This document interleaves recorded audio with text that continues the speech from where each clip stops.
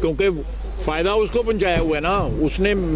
उसने जो है जो भी 400 एकड़ ज़मीन और पता नहीं कितने करोड़ रुपया लिया यूनिवर्सिटी के लिए।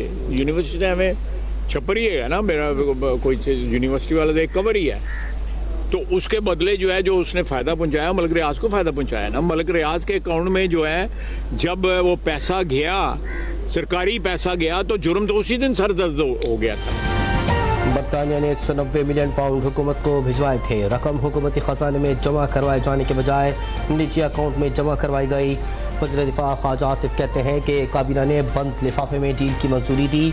अलकादी यूनिवर्सिटी में जाकर देखा जाए कितने बच्चों ने तालीम हासिल की। एब्सोल्युटली नॉट कहने वाले अब एब्सोल्युटली यस हो चुके हैं।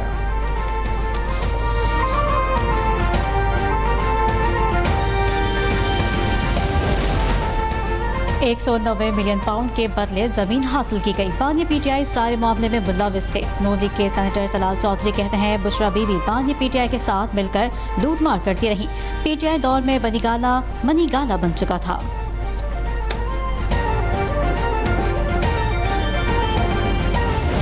ये ओपन और शट केस है, इसमें तो गल मुक गई है। ठीक है जी, आप इसके अंदर कोई दो राय होनी नहीं चाहिए। ये प्रोपेगेंडा जितना भी कर ले, और जुर्म की सजा होती है। जुर्म आप करेंगे, कत्ल करेंगे, आप पकड़े जाएंगे तो आपको सजा होगी। अब आपसे किसी ने करवाया, आपकी फैमिली में किसी ने उसका फायदा उठाया, आपके दोस्त अहबाब ने उठाया, आपकी पार्टी ने उठाया, ये तो कोई नहीं मानेगा ना। साइन तो आपने किए, साइन ऑफ आपने किया। और 190 मिलियन पाउंड केस में बानी पीटीआई को सजा मिलनी ही मिलनी है। सेनेटर फैसल बाबडा का दावा। कहते हैं कि आपने रियासत की तंसीबात को आग लगाई। आप समझ रहे थे बदमाशी के जरिए मसाइल हल होंगे। पहले बदमाशी की सियासत कर रहे थे, अब कशकोल लेकर खड़े हो गए हैं। बानी पीटीआई को उनकी पार्टी और लोग जेल के अंदर मरवाना चाहते हैं।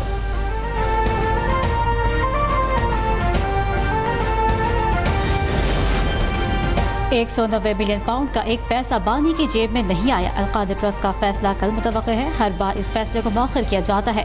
पीटीआई रहनुमा शेख वकास अकरम कहते हैं कि नैब गवाहान ने तस्लीम कर लिया। बुशरा और बानी ने ज़ाती फायदा नहीं उठाया। अलकादी ट्रस्ट केस इद्दत और साइफर केसेस की तरह है।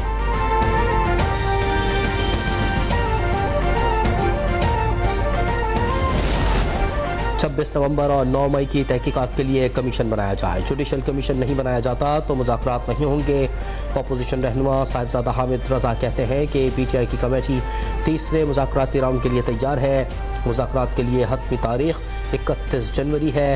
हमारी आज भी बानी पीटीआई से मुलाकात कंट्रोल्ड माहौल में करवाई गई।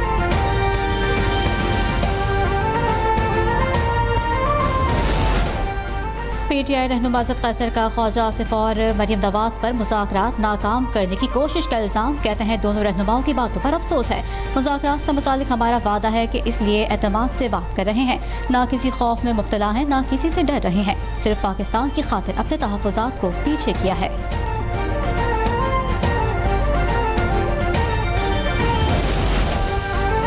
कल तक जो कहता था कि छोड़ूंगा नहीं, आज वो सबके पांव पकड़ रहा है। वज़ीर इत्तलात पंजाब अज़मा बुखारी की तनकीद। कहती हैं कि मरियम नवाज अटियाला जेल के कैदी और उसके चमचों के आसाफ पर सवार हैं। वो आज तारीख के भारी मैंडेट से वज़ीर आला बनकर पंजाब की खिदमत कर रही हैं। इनका लीडर जेल में बैठकर इंतशार फैलाने के मंसूबे बनाता है और इनके चेले बाहर मगरमच्छ के आंसू बहाते हैं। अपना घर हर शहरी का बुनियादी हक है। वज़ीर आला मरियम नवाज शरीफ ने अपनी छत अपना घर प्रोग्राम के लिए 62 अरब रुपए की मंजूरी दे दी। मई तक 40,000 अफराद को कर्ज देने का हदफ मुकर्रर। वज़ीर आला मरियम नवाज की ज़ेरे सदारत ख़ुसूसी इजलास में अपनी छत अपना घर प्रोग्राम से मुतालिक अहम फैसले।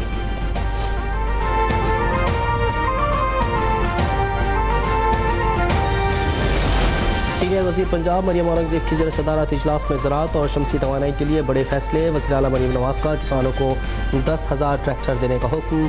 मार्च तक मज़ीद 2,000 बीज रियायती कीमत पर देने की हिदायत। सोलर पैनल स्कीम में मज़ीद तेज़ी और वसअत लाने का फैसला। मरियम औरंगज़ेब कहती हैं कि किसान की खुशहाली मुल्क की खुशहाली की बुनियाद है।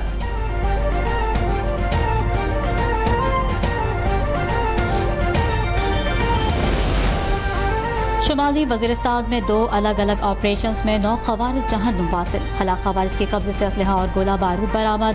ISPR के मुताबिक इलाके में पाए जाने वाले किसी भी दूसरे खारजी को खत्म करने के लिए सैनिटाइजेशन का अमल जारी है।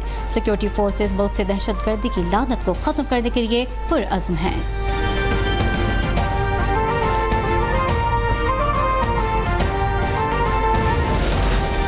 इस्लामाबाद में लड़कियों की तालीम पर कॉन्फ्रेंस का आज दूसरा रोज़। तालिबान ख़वातीन को इंसान नहीं समझते। 1 दहाई से इन्होंने ख़वातीन से तालीम का हक छीन रखा है। नोबेल अवार्ड याफ्ता मलाला यूसुफजई का खिताब। कहा, तालिबान ने ख़वातीन के हुकूक छीनने के लिए 100 से ज़ायद कानून साजियाँ की। तो गज़ा में इसराइल ने पूरा तालीमी निज़ाम तबाह कर दिया। पाकिस्तान में 1.25 करोड़ लड़कियाँ स्कूल नहीं जाती।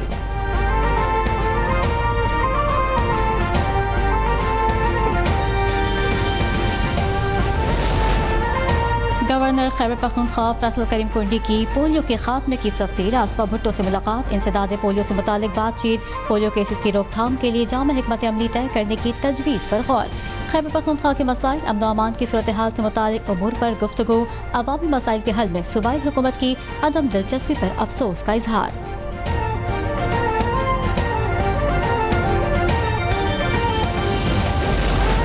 कोयटा जिला के सैंती के कोयला कान में रेस्क्यू ऑपरेशन मुकम्मल हो गया। मजीद 8 मजदूरों की लाशें 60 घंटे बाद निकाल ली गईं। अब तक 12 कानकरों की लाशें निकाली जा चुकी। महकमा माइंस का कान के मालिक के खिलाफ कानूनी कार्रवाई का फैसला। चीफ माइंस इंस्पेक्टर ने डिप्टी कमिश्नर को मुकदमा दर्ज करने के लिए खत इरसाल कर दिया।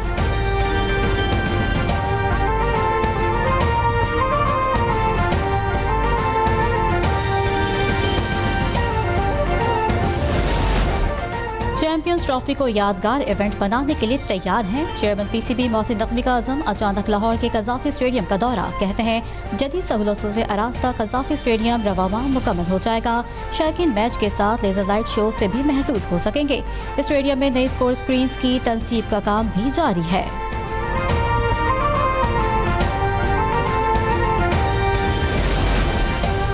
गजा में 464 दिनों से इसराइली दहशतगर्दी जारी। जबालिया में पनाह गुज़ीरों के स्कूल पर हमला, 8 अफराद को शहीद कर दिया गया। गजा में शोधा की तादाद 46,540 हो गई। शुमाली गजा में फ़लस्तीनी मुज़ाहमतकारों के हमलों में डिप्टी कमांडर समेत 4 इसराइली फौजी हलाक।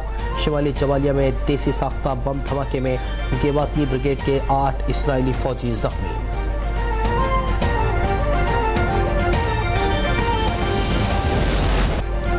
सुपर पावर अमेरिका कुदरत के सामने बेबस। लॉस एंजलिस में आग पर काबू पाने में नाकामी। आइंदा हफ्ते मजीद खराब मौसम से कई नई आबादियां शोलों की लपेट में आने की पेशगोई। खतरनाक आतिशबाजी से मरने वालों की तादाद बढ़कर 16 हो गई।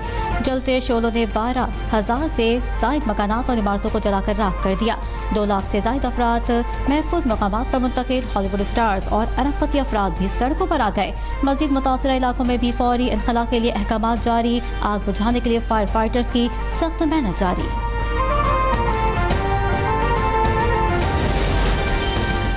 अमेरिका में आग के बाद बर्फानी तूफान की तबाही। जुनूबी और वस्ती रियासतों में बर्फबारी और बारिश के निज़ाम से ज़िंदगी दरहम बरहम हो गई।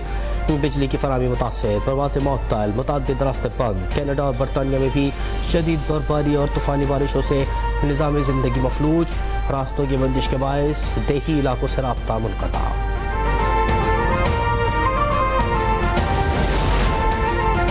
बर्फपोश पहाड़ों के दामन में 13वीं का नाम snow jeep race Babar Yusufzai ने जीत ली। मुल्क भर से 53 ड्राइवर्स ने 4 किलोमीटर पर फेरी ट्रैक पर महारत आजमाई। रेस जज्बे और महारत के इम्तिहान के साथ कुदरत के हसीन नज़ारों को देखने का भी सबब बनी।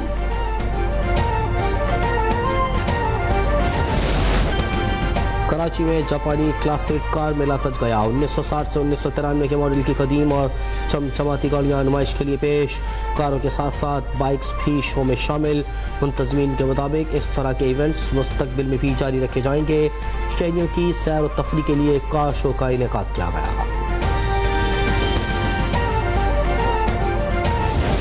हम के दुख ओढ़ के खलबत में पड़े रहते हैं।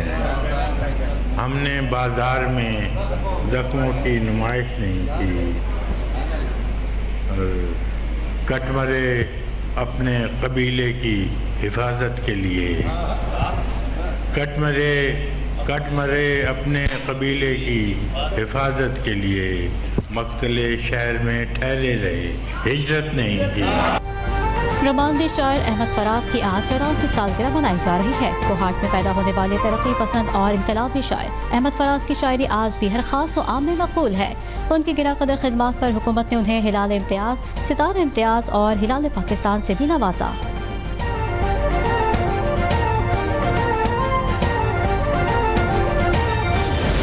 और एक जादूगरनी की कहानी जिसने जादू से एक शख्स को भेड़िए में तब्दील कर दिया। एक्शन और एडवेंचर से भरपूर film in the lost legs का ट्रेलर जारी। फिल्म 7 मार्च को रिलीज होगी।